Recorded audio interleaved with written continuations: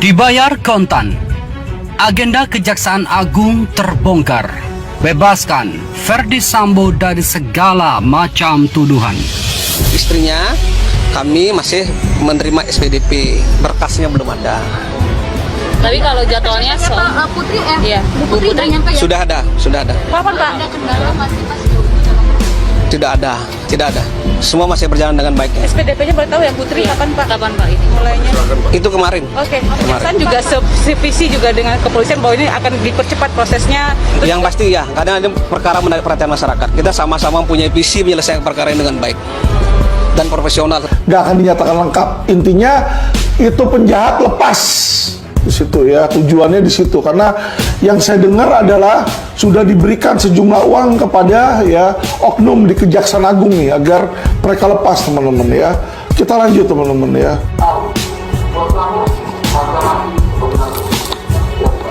Saya bisa pegang ya Bang, izin komitmennya ya. Maksudnya kalau sampai ada yang nggak lengkap, jangan tidak diterima oleh jaksa, jangan harap. Jadi tadi jaksa udah bilang harga mati katanya ya. Tuh saya bilang, saya masih tantangin, saya bisa pegang nih ya Bang ya, kalau nggak ada yang nggak lengkap nggak akan diterima oleh jaksa di situ. Karena saya udah tahu kenapa, yaitu salah satu dari P19 ini adalah modus P19 mati, teman-teman ya. Jadi jaksa-jaksa ini, oknum-oknum jaksa-jaksa ini pintar, teman-teman. Jadi kalau mereka mau menolak atau bagaimana, wah dia bisa memberikan dengan penyebab-penyebab alasan-alasan yang seolah-olah masuk akal secara hukum, teman-teman. Ya, secara hukum seolah-olah masuk akal, teman-teman. Padahal ini adalah triknya dia untuk menjelaskan bahwa sampai mati juga gue nggak akan P19 nih di sini, nggak akan P21, sorry. Jadi jangan dilihat kejaksaan dari gedungnya yang indah, gedungnya yang cantik, teman-teman ya. Isinya tuh sampah, isinya tuh kotoran. Pimpinan-pimpinannya banyak yang jorok-jorok dan pimpinannya banyak yang koruptif, teman-teman ya.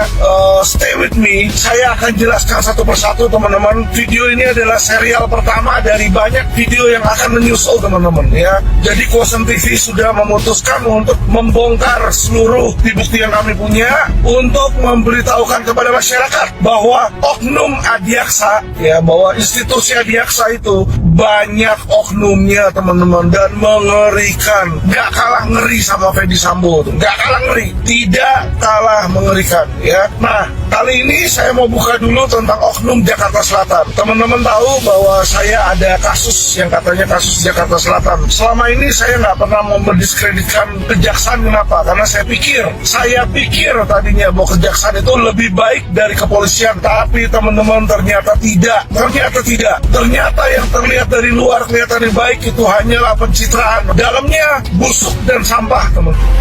Buat apa kita selamatkan orang jahat, perusak moral bangsa, perusak hukum, membuat seolah seakan-akan seluruh rakyat Indonesia ini bodoh. Buat apa kita bela orang seperti itu? Oke. Jadi ketika seorang pembohong ya mencoba untuk berkata benar, hanya orang bodoh lah yang percaya dengan perkataan pembohong tersebut.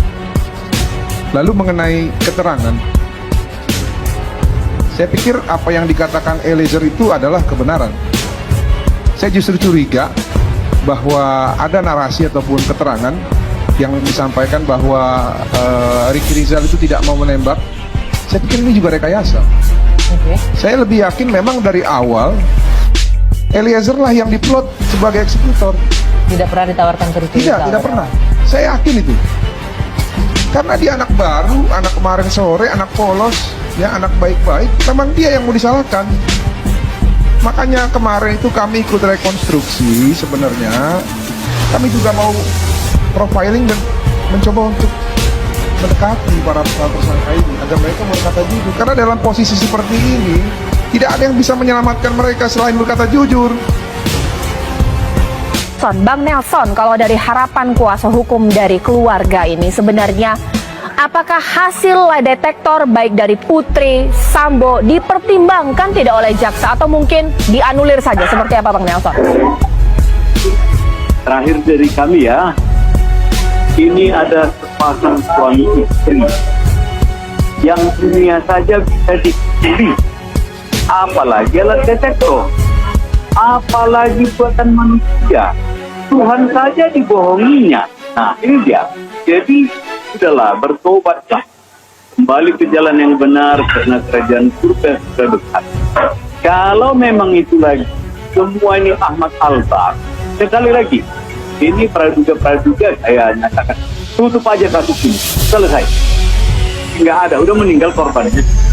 Tutup semua pengadilan itu, tutup semua. Sudah jelas semua. Tahu kita kedepankan legal standing manusia itu sudah nggak jelas. Ini apa lagi kita bilang? Apalagi yang berusaha habis APBN negara ini hanya.